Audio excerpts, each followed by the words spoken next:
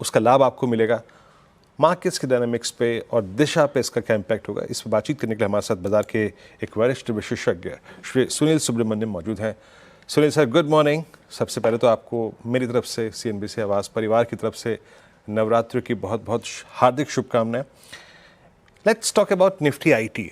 हम सब एक एक एक एक कॉल ले रहे थे कि जनाब निफ्टी आईटी में थोड़ा सा रिकवरी पॉसिबल है। वो I think conviction to buy that collapse in Nifty IT वो इमर्ज हुआ इन्फोसिस के बायबैक के बाद, उसके बाद मिड कैप आईटी में रुझान। बट आप एग्जैक्टली इस वीज़ा H1B वीज़ा कॉस्ट को जो बढ़ाया गया है, कैसे रीड कर रहे हैं सर? क्या ये बहुत ही बड़ा इम्पैक्ट डालेगा? इस पर आपका व्यू, मार्जिन्स पे क्या इम्पैक्ट होगा उस पर आपका व्यू, और मार्केट को कैसे लेगा? कैसे अप्रोच करें इस ओवरसोल्ड इंडेक्स को, इस ओवरसोल्ड सेक्टर को इस वक्त? आपने सही कहा, ओवरसोल्ड, क्योंकि YTD परफॉर्मेंस देखे तो निफ्टी 7% ऊपर है और आईटी इंडेक्स 17% नीचे है।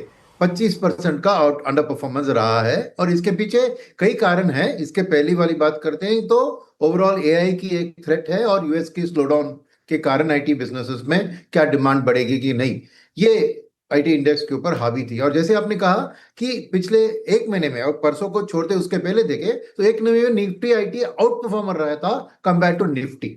यानी एक बाइंग ऑन डिप्स और बहुत ओवर करेक्शन हो गया करके ओवरसोल्ड टेरिटरी से आई थिंक फंड मैनेजर्स इसको खरीदना शुरू कर रहे थे। तो ये जो फ्राइडे को जो हुआ कांड in terms of the H1B visa, initially उसका न्यूज बहुत बैड था और भयंकर था, क्योंकि जो हवार्ड लुटनिक ने ट्रम्प के साथ बैठे हुए कहा कि ये एनुअल फी होगी और रिन्यूअल्स पे भी लगेगी, तो वो बहुत भयंकर इंपैक्ट सामने दिख रही थी। बट उसके बाद जो क्लैरिफिकेशन आया, तो मैं मानता हूं कि ये क्लैरिफिकेशन के बाद अभी जो हो रहा है मार्केट में खाली नी जर्क रिएक्शन है। मैं क्यों बताता हूं आपको, क्योंकि आप देखें तो yes, out of 85,000 H1B visas करीबन 60-65 हजार इंडिया को मिलते थे, मगर उनमें से अगर टॉप 5 आईटी कंपनीज की बात उठाएं, खाली 13,000 ही टॉप 5 आईटी कंपनीज को मिला है लॉटरी सिस्टम के अंदर। तो कहां गए ये बाकी के अप्रूवल, बाकी सेक्टर्स, और खास करके आपको American international corporations, Google, Microsoft, Amazon, इनकी ज्यादा उधर हिस्सा थी। मैं क्यों बता रहा हूं कि ये 10-15 हजार की जो एनुअल इनको मिल रहा था, over a period of time Indian IT companies ने ऑलरेडी हमने जो ऑनशोर वर्क करना था उसके लिए लोकल्स की हायरिंग 20 से 50% तक ऑलरेडी वो लोकल अमेरिकन को इस्तेमाल कर रहे थे। तो इसका इंपैक्ट अगर आप देखें तो 15-20 हजार उनकी टोटल टॉप 5 आईटी कंपनीज की जनसंख्या यानी एम्प्लॉय संख्या 15 लाख है। तो ये 15 लाख के अंदर 1% भी बचता नहीं है। तो मेरे ख्याल में ये जो अभी तो क्लैरिफिकेशन आ गई है, ये खाली फ्रेश के ऊपर लगेगा और वन टाइम लगेगा। तो मेरे ख्याल में ये H1B में अप्लाई ही नहीं करेंगे, क्योंकि वो 10-15 हजार के लिए मैं जो क्योंकि $100,000 पे करूं, क्योंकि तनख्वाह एवरेज में 60-70 हजार ही होती है इन एम्प्लॉयज की। तो उसमें मैं समझू कि 6 साल की बात उठाएं तो 17,000 पर ईयर मैं क्यों उनके लिए इनकर करूं। तो मेरे ख्याल में ये कंपनियां H1B को करीबन भूल जाएगी समझ लीजिए, और अपना जो दो दो तीन चीज है इसके पीछे, कितना आउटसोर्स कर सकते हैं उतना करने की कोशिश करेंगे। नियर शोरिंग कनाडा, मेक्सिको और लैटिन अमेरिका से कितना कर सके वो करेंगे, और थोड़ा बहुत अमेरिकन कंपनीज, अमेरिकन एम्प्लॉइज को हायर करेंगे, थोड़ा कॉस्ट बढ़ेगा।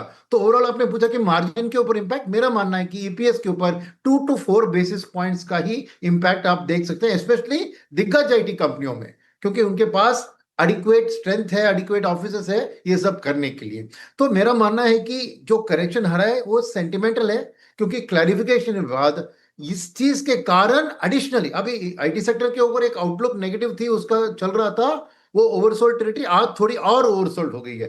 मगर मॉर्निंग से मैं देख रहा हूँ कि 3.5% नेगेटिव से शुरू हुआ, अभी आई थिंक 2.5% के करीब है, थोड़ी बहुत रिकवरी है। तो मेरे लिए आपको एक मीडियम टर्म आउटलुक रखेंगे तो ये बाय ऑन डिप्स बनता है स्ट्रेटेजी। नेचुरली कुछ दिन के लिए ये एक ओवर रिएक्शन चलेगा, ऐसा नहीं कि आज खरीदें तो कल आपको मुनाफा होगा, मगर एक लॉन्ग टर्म निवेशक के लिए मैं मानता हूं कि ये करेक्शन बहुत ज्यादा हो चुकी है। 25% का आउट परफॉर्मेंस इंडिया का कोई टॉप सेक्टर है ये, in terms of the quality of the companies, तो कैश उनके पास है, डिविडेंड यील्ड जो ये देते हैं अगर आप खरीदे, तो ये सब मानकर मेरा मानना है कि करेक्शन तो रहेगी, क्योंकि रिटेल निवेशक जाके बेचेंगे। खबर सभी अखबारों में नेगेटिव खबर फैल रही है, चैनल्स में भी फैल रही है, तो उसका इम्पैक्ट रहेगा। एक नॉर्मल बायर जाके डरेंगे, वो तो इशू नहीं है, मगर लॉन्ग टर्म निवेशक के तौर पर मेरा मानना है कि ये एक अक्यूमुलेशन का टाइम है। क्योंकि जब स्थिति में सुधार आएगी, जैसे रेट कट फेड का और 2-3 रेट कट होंगे, उधर बीएफएसआई सेक्टर के लिए पॉजिटिव होगा। बीएफएसआई सेक्टर बहुत बड़ा बायर है आईटी सर्विसेज का, तो ये सब चीज धीरे धीरे सामने आएगी और एक ना एक दिन एफआईएस की वापसी जोरदार होगी, तो ऑटोमेटिकली पैसिव फंड्स का करीब 10-12% तो इंडेक्स में ही आईटी का शेयर है, तो पैसिव फंड्स की खरीदारी भी शुरू होगी।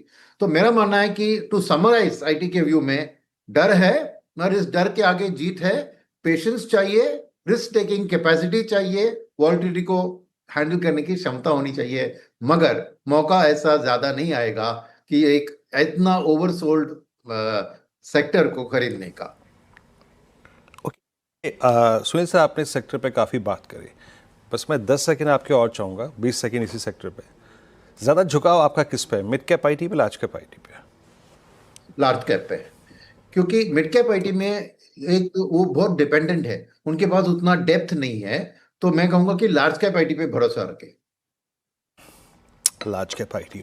अच्छा, एक थीम जो कि बहुत स्ट्रॉन्ग है, आज हमारा डिस्कशन शुरुआत में एक ग्लोबली एसोसिएटेड स्पेस पे हो रहा है, आईटी पे बात करी।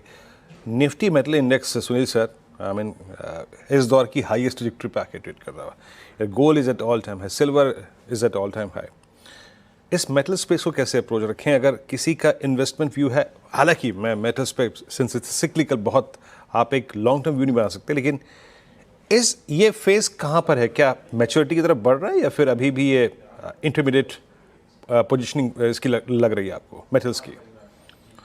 इंटरमीडिएट पोजीशनिंग लग रही है। मैं कहा कि एक अगर गोल्ड और सिल्वर को हटा दें, क्योंकि उधर तो मेरा व्यू पॉजिटिव है, और गोल्ड और सिल्वर में सेंट्रल बैंक बाइंग के कारण ही आपको एक पॉजिटिव रुझान दिखेगा, तो गोल्ड और सिल्वर प्रेशियस मेटल्स को अलग रखते हैं।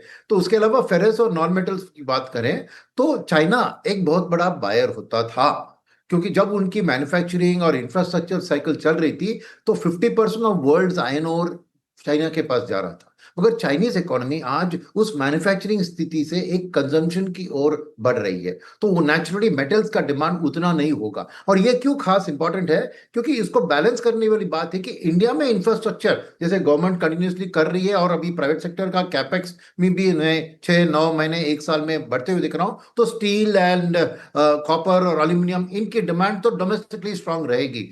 प्रॉब्लम क्या है? प्रॉब्लम है कि दाम इनके लंदन मेटल एक्सचेंज में फिक्स होते हैं, तो ग्लोबल, जैसे आपने कहा, ये ग्लोबल सिक्लिकल है, इनके दाम इंडिया के डिमांड सप्लाई से संबंध नहीं रखते।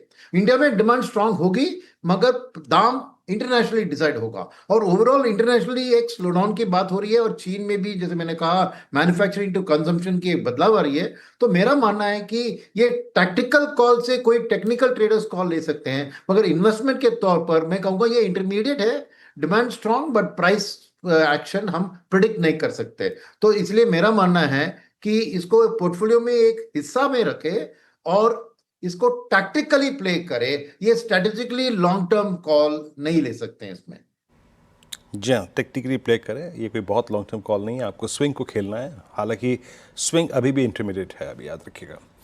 अच्छा, एक दो बास्केट पे और आते हैं सर, जो कि बहुत स्ट्रॉन्ग है इस बार। इंश्योरेंस स्टॉक्स अलग ही हैं, और अब जीएसटी यहाँ से हटने के बाद आपको क्या लग रहा है? आई मीन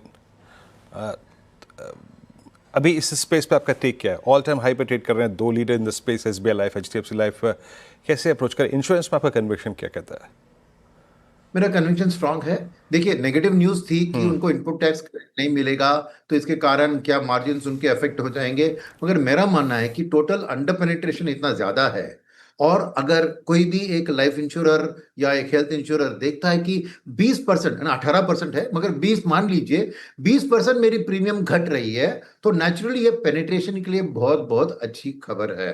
तो ultimately volumes will make up for जी जो भी इनपुट टैक्स क्रेडिट में इनको लॉस दिख रहा है। और ये सब लॉन्ग टर्म प्लेस है, क्योंकि हर इंश्योरेंस पॉलिसी 10-20 साल की होती है। तो एक्चुअल कैलकुलेशन से मेरा मानना है कि अल्टीमेटली ये इनपुट टैक्स की क्रेडिट जो है, उसकी जो लॉस है वो थोड़ा बहुत ये मेकअप कर लेंगे अपने, जैसे प्रीमियम की जो प्राइसिंग होती है। अभी सालाना आपका प्रीमियम बढ़ता है, अभी कितना जीएसटी के कारण घटा और कितना आपके एक्चुअल रिस्क फैक्टर्स के कारण बढ़ा, ये कोई एक ब्लैक बॉक्स है, तो ये कंपनियां मैनेज कर लेगी। तो मेरे ख्याल में एक positive boost overall market expansion का जो जीएसटी के रिमूवल से हुआ है, वो ओवरऑल पॉजिटिव है फॉर पेनिट्रेशन। और ये कंपनियां अपना P&L अच्छी तरह मैनेज कर लेगी, तो उसमें मेरे को कोई दिक्कत नहीं दिख रही। मेरा व्यू पॉजिटिव ही है on the insurance sector. Okay, अच्छा सुरेश सर, फाइनली निफ्टी और निफ्टी बैंक पे आपके कमेंट्स, ये बाजार की दिशा क्या नज़र आ रही है आपको? आपके पास जितने भी अच्छे न्यूज़ फ्लोज थे, मोस्ट स्पेशली दैट जो वो 15 अगस्त की स्पीच थी प्रधानमंत्री जी की, उसके बाद जीएसटी कट, उसको अमली जामा पहनाया गया। फाइनली अगर आप देखें आज वो हमारे साथ खड़ा हुआ है, वो जीएसटी कट। अब हमारा मेरे ख्याल से और 10 दिन बाद, 12 दिन बाद फोकस होगा क्वार्टरली अर्निंग्स। एफआईएस की जो प्लेसमेंट थी वो उसमें काफ़ी रिकवरी आई है, शॉर्ट्स काफ़ी कवर हुए हैं। क्या लग रहा है, मैं दशा यहाँ से पॉजिटिव ही रहेगी? किस ट्रजेक्टरी की तरफ जा रहे हैं हम? और डोमिनेट क्या करेगा? बैंक्स डोमिनेट कर सकते हैं क्या स्पेस को? मैं समझता हूं कि बैंक्स में पीएसयू बैंक्स डोमिनेट कर सकते हैं, क्योंकि ये जो एक सीआरआर कट भी लागू होने लगा है सितंबर फर्स्ट वीक से, राइट? तो वो बेनिफिट भी मिलता है। जो बैंक ज्यादा अपना पैसा गवर्नमेंट के साथ जीरो इंटरेस्ट पे रख रही थी, तो ये पीएसयू बैंक्स की है, उनके एक पॉजिटिव आउटलुक है। सेकंड, आप देख रहे हैं तो नेचुरली शॉर्ट टर्म में आपको एक प्राइवेट सेक्टर बैंक्स में थोड़ी निम के ऊपर प्रेशर आ सकती है, क्योंकि इस फेस्टिवल सीजन में manufacturers plus banks plus finance companies सब मिलाकर प्रोडक्ट प्राइसिंग ईएमआई को कम कराने की कोशिश करेंगे, थोड़ा मार्जिन को सैक्रिफाइस करेंगे। तो इसलिए मेरा मानना है कि प्राइवेट सेक्टर बैंक्स और एनबीएफसी में थोड़ी वॉल्यूम की बढ़त अच्छी होगी फेस्टिवल सीजन के कारण, मगर मार्जिन पे थोड़ी प्रेशर। मगर पीएसयू बैंक्स की आउटलुक अगर थोड़ी लंबी दिशा में देखें, तो अल्टीमेटली ये फेस्टिवल सीजन की सेल्स आपको देश की कैपेसिटी यूटिलाइजेशन की बढ़त में ट्रांसलेट होगी। और मेरा मानना है कि प्राइवेट सेक्टर कैपेक्स तेजी पकड़ेगा 6-9 महीने में। और वहां पे जो एग्जीक्यूट करते हैं प्राइवेट कैपेक्स की एक्सपेंशन की ऑर्डर, वो होते हैं एसएमई और एमएसएमई, और उनको जो फाइनेंसिंग की जरूरत होती है वो पीएसयू बैंक से आगे होते हैं, क्योंकि उनको समझते हैं वो सेगमेंट को, और बहुत सालों से उनका एक अनुभव रहा है उधर। वेयर प्राइवेट सेक्टर और एनबीएफसी उतना उनको उधर एक्सपीरियंस नहीं है। तो इनकी जो एक लोन बुक भी ग्रोथ अच्छी होगी, और मार्जिन का एक्सपेंशन हो सकता है ओवरऑल बुक में, क्योंकि ये एमएसएमई को वो 12-14% में लेंड करती है। तो मेरे ख्याल में पीएसयू बैंकिंग स्पेस एक अच्छी रुझान में है, जिसको हमें देखना चाहिए। और अर्निंग सीजन की बात आपने उठाई, देखिए सितंबर 22 तक तो सेल्स कम हो गए थे,